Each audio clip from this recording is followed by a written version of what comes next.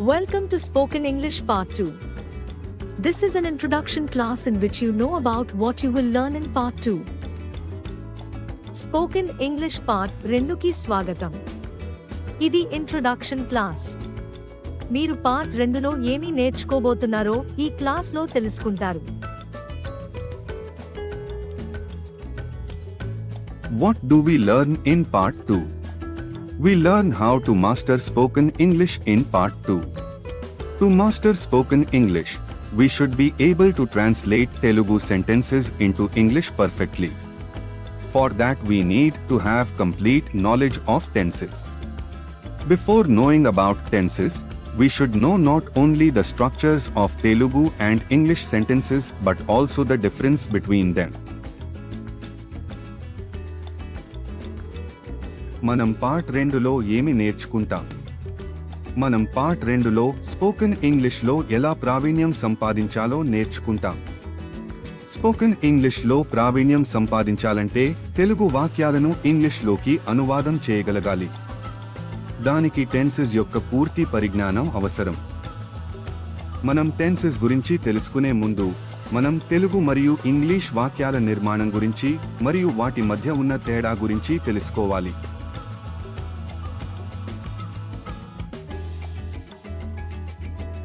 Either in Telugu or in English, generally there appear three parts which are called subject, verb and object. Subject means the doer of an action. Verb is an action. Object is that which is affected by the action of verb. సాధారణంగా తెలుగు వాక్యంలో గాని English వాక్యంలో గాని మూడు భాగాలు కనిపిస్తాయి.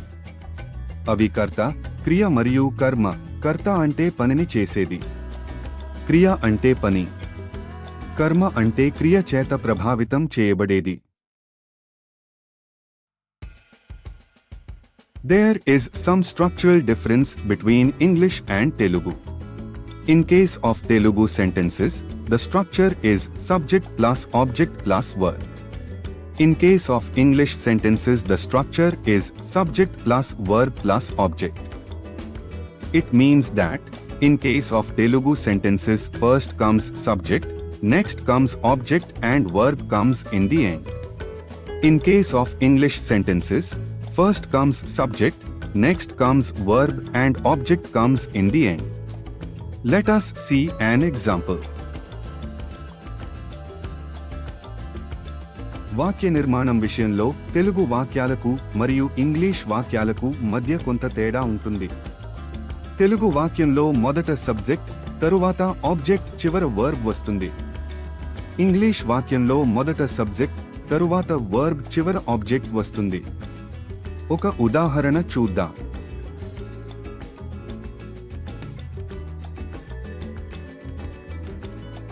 In Telugu sentence Ramudu Ravanudini champenu, the object Ravanudu comes after the subject Ramudu. The verb champenu comes in the end. In English sentence Rama killed Ravana, the verb killed comes after the subject Rama. The object Ravana comes in the end. So we should remember that we should always use verb after the subject in English sentence. రాముడు రావణుడిని చంపెను అనే తెలుగు వాక్యంలో రావణుడు అనే object, రాముడు అనే subject తరువాత వస్తుంది. చంపెను అనే వర్బ్ చివర వస్తుంది. రామా కిల్డ్ రావణ అనే ఇంగ్లీష్ వాక్యంలో కిల్డ్ అనే వర్బ్, రామా అనే సబ్జెక్ట్ తరువాత వస్తుంది. రావణ అనే ఆబ్జెక్ట్ చివర వస్తుంది. కాబట్టి మనం గుర్తు పెట్టుకోవాల్సిన విషయం ఏమిటంటే ఇంగ్లీష్ వాక్యంలో ఎల్లప్పుడూ సబ్జెక్ట్ తరువాత వర్బ్ ఉపయోగించాలి.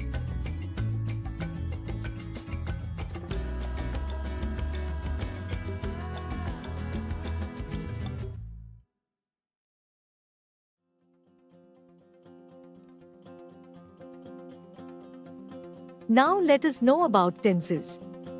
Tenses are nothing but the different forms of verbs. They indicate the time of actions.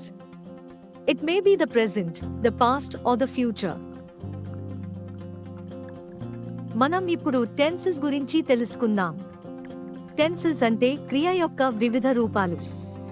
అవి పనుల యొక్క సమయాన్ని సూచిస్తాయి. అది వర్తమాన కాలం కావచ్చు, భూతకాలం కావచ్చు లేదా భవిష్యత్తు కాలం కావచ్చు.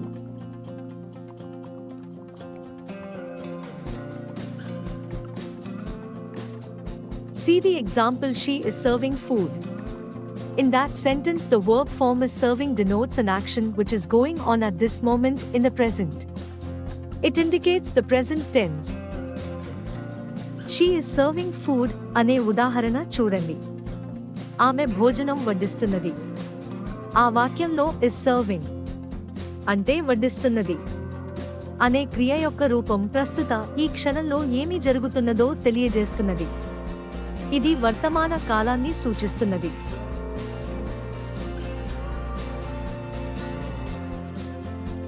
See the example, the workers called for a strike yesterday. In the sentence, the verb form call for tells us about an action which happened in the past. It indicates the past tense.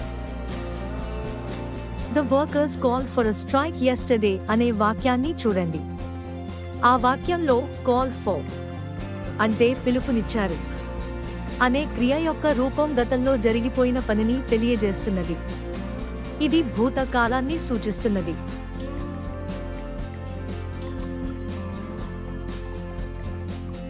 See the example, David will leave for London tomorrow. In the sentence, the verb form will leave for tells us about an action which will happen in the future. This indicates the future tense. David will leave for London tomorrow అనే ఉదాహరణ చూడండి.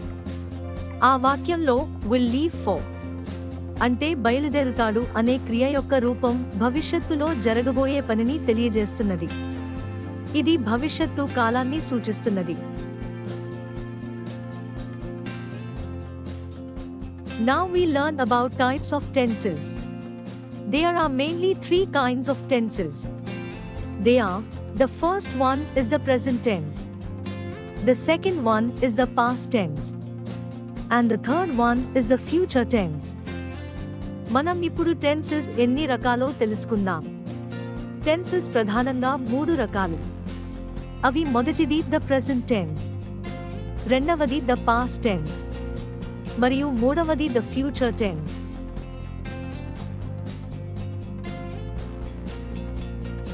The present tense is divided into 4 kinds. They are: the first one is the simple present tense, the second one is the present continuous tense, the third one is the present perfect tense, and the fourth one is the present perfect continuous tense. The present tense ని 4 రకాలుగా విభజించారు. అవి మొదటిది the simple present tense, రెండవది the present continuous tense, మూడవది the present perfect tense, నాల్గవది the present perfect continuous tense.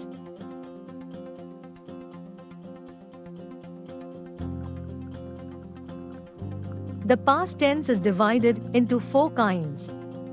They are: the first one is the simple past tense, the second one is the past continuous tense, the third one is the past perfect tense, and the fourth one is the past perfect continuous tense. The past tense ని 4 రకాలుగా విభజించారు. అవి మొదటిది the simple past tense, రెండవది the past continuous tense, మూడవది the past perfect tense, నాల్గవది the past perfect continuous tense.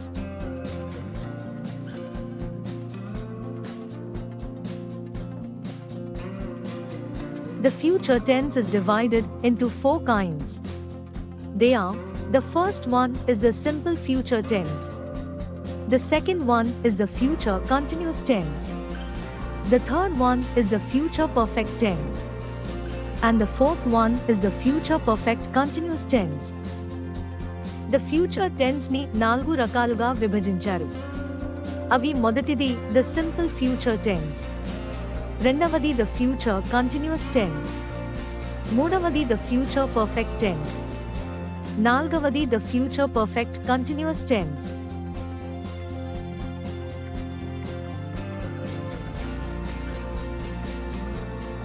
From the next class you will learn about tenses deeply and completely.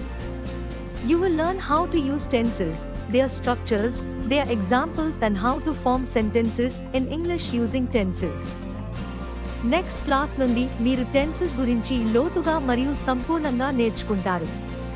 Tenses యొక్క ఉపయోగాలు, వాటి స్ట్రక్చర్స్, వాటి ఉదాహరణలు మరియు tenses ఉపయోగించి ఇంగ్లీష్లో వాక్యాలను ఎలా రూపొందించాలో నేర్చుకుంటారు.